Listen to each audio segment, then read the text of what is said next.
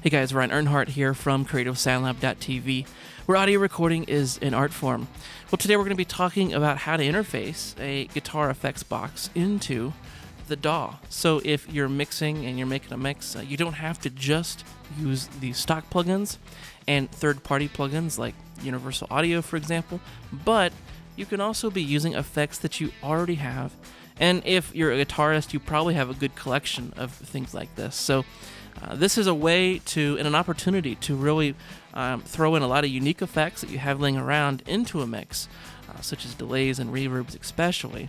Use them on vocal, use them on drums, really get creative with the kind of sounds that you can really start making and including in mixes that you already have going.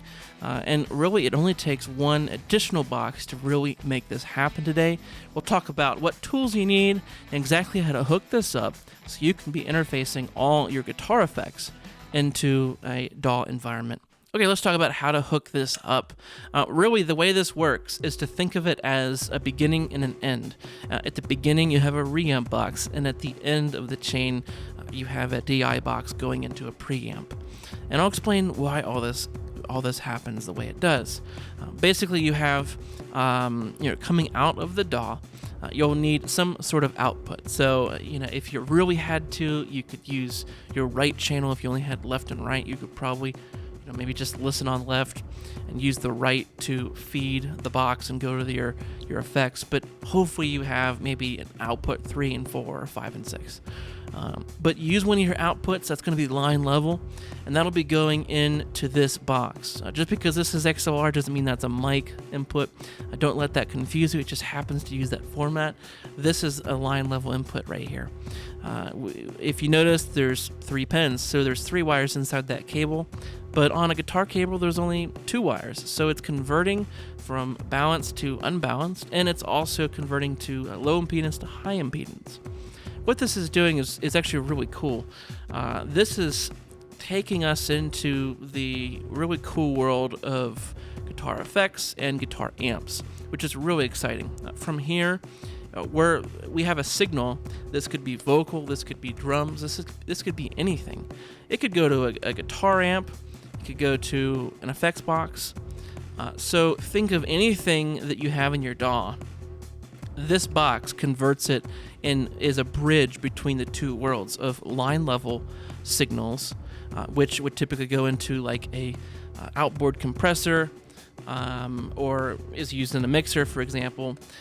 We have line level signals, but this bridges us into the world of guitar effects and guitar amps. For this video, we're talking about guitar effects. So this is our bridge into the world of guitar stuff. We put anything that we want in here. We have a compressor, we can have a distortion box, delay, a reverb, whatever we want. And then once we're done building our chain, now we have to convert it back. Okay, we don't have a microphone. This is not going into an amp and we'll just throw a mic on it. We have to convert it back. In fact, this signal is never really acoustic energy. It's all just electricity. So there's no microphones involved in this. But what we will do is use a DI box to convert the high impedance unbalanced into a low impedance balanced. And the only way to further process this to bring it back up to line level is to do it into a preamp. So this is really turning the signal down. This is converting the signal. This goes into the preamp, which then boosts the signal back up to line level. And this way we can put anything that we want, anything that we have guitar related, can go in the space between these 2 boxes. We can do vocal, we can do our favorite reverb box, usually reserved for guitar, but we can now use it on our vocal track. It's really cool. It's really exciting. This is just really limitless of what you can do with this type of stuff.